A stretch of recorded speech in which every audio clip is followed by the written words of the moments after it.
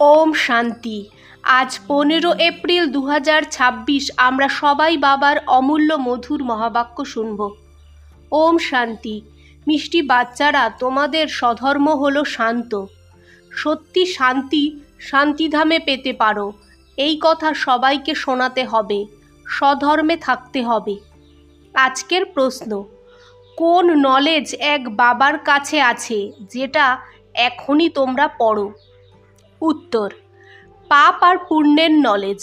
ভারতবাসী যখন বাবাকে গালি দিতে থাকে তখন পাপ আত্মা হয়, আর যখন বাবাকে আর ড্রামাকে জেনে যায় তখন পুণ্য আত্মা হয়ে যায়। এই পড়া তোমরা বাচ্চারা এখনই পড়ো। তোমরা জানো সবাইকে সদ্গতি দেওয়া এক বাবাই হয়। মানুষ মানুষের সদ্গতি অর্থাৎ মুক্তি, জীবন মুক্তি দিতে পারে না। ওম শান্তি। বাবা বসে বাচ্চাদের বোঝায় যে এটা হলো পাপ আত্মাদের দুনিয়া, বা ভারতকেই বলবো যে ভারত পূজ্য আত্মাদের দুনিয়া ছিল, যেখানে দেবী দেবতাদের রাজ্য ছিল। এই ভারত সুখদাম ছিল, আর কোনো খণ্ড ছিল না, একটাই ভারত ছিল। সুখ ওই সত্যযুগে ছিল, যাকে স্বর্গ বলা হয়। এটা হলো নরক। ভারতই স্বর্গ ছিল, এখন নরক হয়েছে। নরকে সুখ শান্তি কোথা থেকে আসবে? কলিযুগকে নরক বলা হয়। কলিযুগের শেষকে আরও রড অফ নরক বলা হয়, দুঃখধাম বলা হয়। ভারতই সুখধাম ছিল যখন এই লক্ষ্মীনারায়ণের রাজ্য ছিল। ভারতবাসীদের গৃহস্থ ধর্ম পবিত্রতা ছিল, পিওরিটিও ছিল, সুখ শান্তিও ছিল, সম্পত্তিও অনেক ছিল। এখন ওই ভারত পতিত হয়েছে, সব বিকারী হয়ে গেছে। এটা হলো দুঃখধাম। ভারত সুখধাম ছিল, আর যেখানে আমরা আত্মারা নিবাস করি সেটা হলো শান্তিধাম। শান্তি ওখানে শান্তিধামেই পেতে পারো। আত্মা শান্ত ওখানেই থাকতে পারে, যাকে সুইট হোম, নিরাকারী দুনিয়া বলা হয়। ওটা হলো আত্মাদের ঘর। ওখানে যখন থাকে তো আত্মা শান্তিতে থাকে। বাকি শান্তি কোনো জঙ্গলে গেলে পাওয়া যাবে না। শান্তিধাম তো ওখানেই হয়। সত্যযুগে সুখও আছে, শান্তিও আছে। এখানে দুঃখধামে শান্তি হতে পারে না, ওটা শান্তিধামে পেতে পারো। সুখধামেও কর্ম হয়, শরীর দ্বারা পাঠ বাজাতে হয়।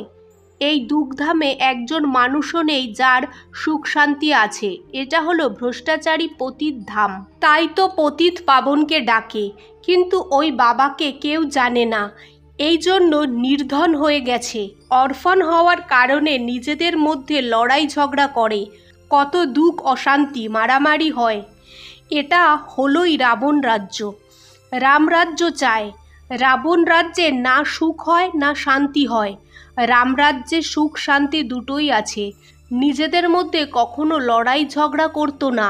ওখানে 5 বিকার হয়ই না। এখানে 5 বিকার আছে। প্রথম হলো দেহ অভিমান মুখ্য, তারপর কাম ক্রোধ। ভারত যখন স্বর্গ ছিল তো এই বিকার ছিল না, ওখানে দেহি অভিমানী ছিল। এখন সব মানুষ দেহ অভিমানী হয়েছে। দেবতারা ছিল দেহি অভিমানী। দেহ অভিমানওয়ালা মানুষ কখনো কাউকে সুখ দিতে পারে না, একে অন্যকে দুঃখই দেয়। এমন ভেবো না যে কোনো লাখপতি, করোড়পতি, পদ্মাপতি হয়তো সুখী হয় না। এগুলো সব হলো মায়ার ভাবকা, মায়ার রাজ্য এটা।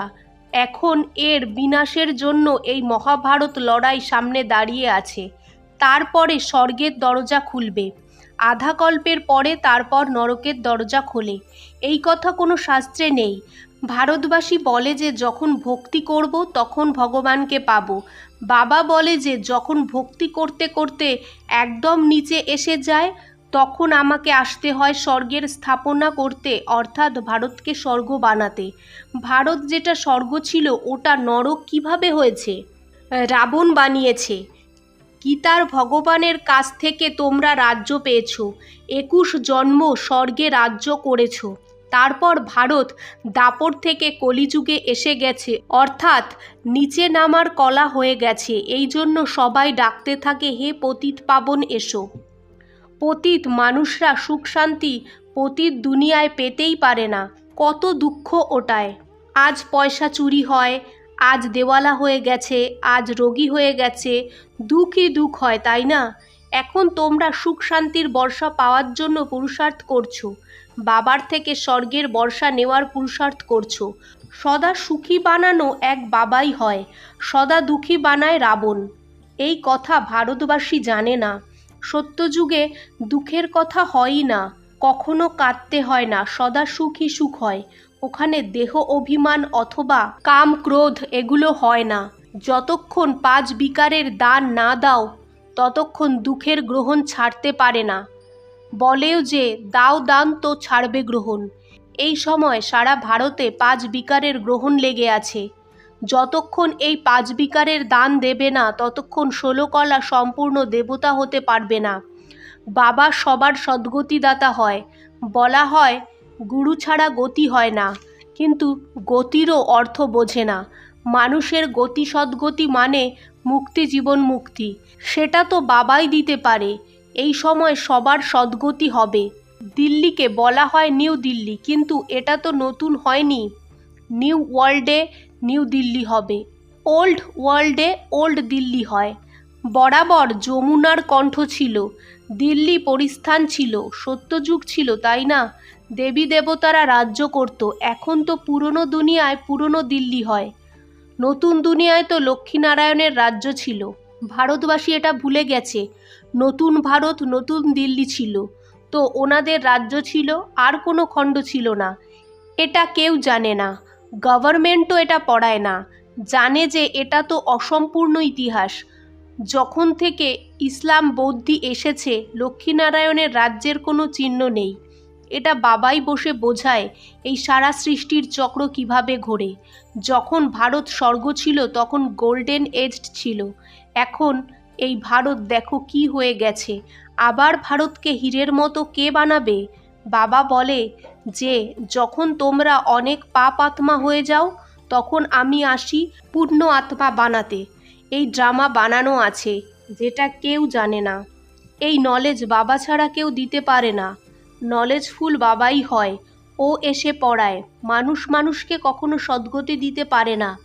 যখন দেবী দেবতা ছিল তখন একে অন্যকে সুখ দিত, কেউ অসুস্থ রোগী হতো না। এখানে তো সবাই রোগী। এখন বাবা এসেছে আবার স্বর্গ বানাতে। বাবা স্বর্গ বানায়, রাবণ নরক বানায়। এটা একটা খেলা যেটা কেউ জানে না। শাস্ত্রের জ্ঞান হলো ফিলোসফি, ভক্তি মার্গ। এটা কোনো সদ্গতি মার্গ নয়, এটা কোনো শাস্ত্রের ফিলোসফি না। বাবা কোনো শাস্ত্র শোনায় না। এখানে হলো স্পিরিচুয়াল নলেজ। বাবাকে স্পিরিচুয়াল ফাদার বলা হয়। ও হলো আত্মাদের বাবা। বাবা বলে আমি মনুষ্য সৃষ্টির বীজরূপ হই, এই জন্য নলেজফুল হই। এই মনুষ্য সৃষ্টিরূপী ঝাড়ের আয়ু কত, কিভাবে বৃদ্ধি পায়, তারপর কিভাবে ভক্তিমার্গ শুরু হয়, এটা আমি জানি। তোমাদের বাচ্চাদের এই নলেজ দিয়ে স্বর্গের মালিক বানাই, তারপর তোমরা মালিক হয়ে যাও। এই নলেজ তোমরা একবারই পাও, তারপর গুম হয়ে যায়। তারপর সত্যযুগ ত্রেতায় এই নলেজ দরকারই হয় না। এই নলেজ শুধু তোমাদের ব্রাহ্মণদেরই আছে, দেবতাদের এই নলেজ নেই। তো পরম্পরা ধরে এই নলেজ আসতে পারে না। এটা শুধু বাচ্চারা একইবার পায়, যার থেকে তোমরা জীবন মুক্ত হয়ে যাও, বাবার থেকে বর্ষা পাও। তোমাদের কাছে অনেকে আসে, বলে যে মনের শান্তি কিভাবে পাবো, কিন্তু এটা বলা ভুল। মন বুদ্ধি আত্মার অর্গ্যানস হয়, যেমন শরীরের অর্গ্যানস হয়। আত্মাকে পাথর বুদ্ধি থেকে পারস বুদ্ধি বাবাই এসে বানায়, যেটা সত্যযুগ ত্রেতা পর্যন্ত চলে। তারপর পাথর বুদ্ধি হয়ে যায়। এখন আবার তোমরা পাথর বুদ্ধি থেকে পারস বুদ্ধি হও। তোমাদের পারস বুদ্ধি যেটা ছিল তাতে খাদ মিলতে থেকেছে। এখন আবার পারস বুদ্ধি কিভাবে হবে? বাবা বলে হে আত্মা, আমাকে ইয়াদ করো। ইয়াদের যাত্রার দ্বারা তোমরা পবিত্র হবে আর আমার কাছে এসে যাবে। বাকি যারা বলে মনের শান্তি কিভাবে পাবো, ওদের বলো এখানে শান্তি কিভাবে হতে পারে। এটা হলোই দুগ্ধাম, কারণ বিকারের প্রবেশ আছে। সুখ শান্তির বর্ষা এক বেহাদের বাবার থেকেই পাওয়া যাবে। তারপর রাবণের সঙ্গ পেয়ে পতিত হয়ে যাও। আবার বাবার দ্বারা পাবন হতে সেকেন্ড লাগে। এখন তোমরা এসেছো বাবার থেকে জীবন মুক্তির বর্ষা নিতে। বাবা জীবন মুক্তির বর্ষা দেয় আর রাবণ জীবন বন্ধের শ্রাপ দেয়। এই জন্য দুঃখই দুঃখ হয়। ড্রামাকেও জানতে হবে, দুঃখধামে কেউ সুখ শান্তি পেতে পারে না। শান্তি তো তোমাদের আত্মাদের স্বধর্ম হয়। শান্তিধাম আত্মাদের ঘর। আত্মা বলে আমাদের স্বধর্ম শান্তি হয়। কর্ম তো করতেই হবে। যতক্ষণ মানুষ ড্রামাকে বুঝবে না ততক্ষণ দুঃখী থাকবে। বাবা বলে আমি হই গরিব নিবাস। ধনীদের জন্য তো এটাই স্বর্গ তারা মনে করে। বাবা বলে আমি গরিবদের ধনী আর ধনীদের গরিব বানাই। ধনীরা এত উঁচু পদ পায় না কারণ ধনের নেশা থাকে, তো প্রজায় এসে যায়। ধনীদের দেহ অভিমান থাকে।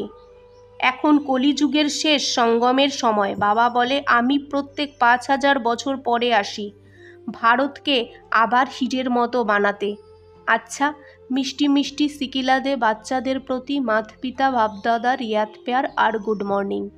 আজকের ধারণা ১, বাবার থেকে জীবন মুক্তির বর্ষা নেওয়ার জন্য পাবন অবশ্যই হতে হবে।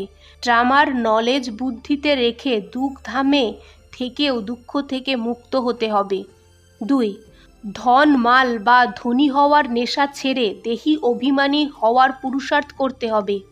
আজকের বাপদাদার মধুর বরদান, বিকারের বংশের অংশকেও শেষ করা বাচ্চারা সর্বসমর্পণ বা ট্রাস্টি ভব।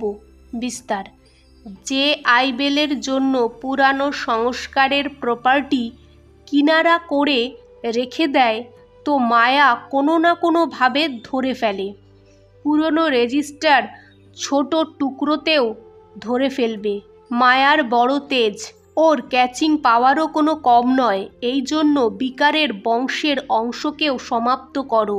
একটুও কোনো কোনায় পুরনো খাজানার নিশানি না হয়। একে বলা হয় সর্বসমর্পণ, ট্রাস্টি বা যজ্ঞের স্নেহী সহযোগী। আজকের স্লোগান, কারুর বিশেষতার কারণে তার সাথে বিশেষ স্নেহ হয়ে যাওয়া, এটাও তার সাথে টান। ওম শান্তি।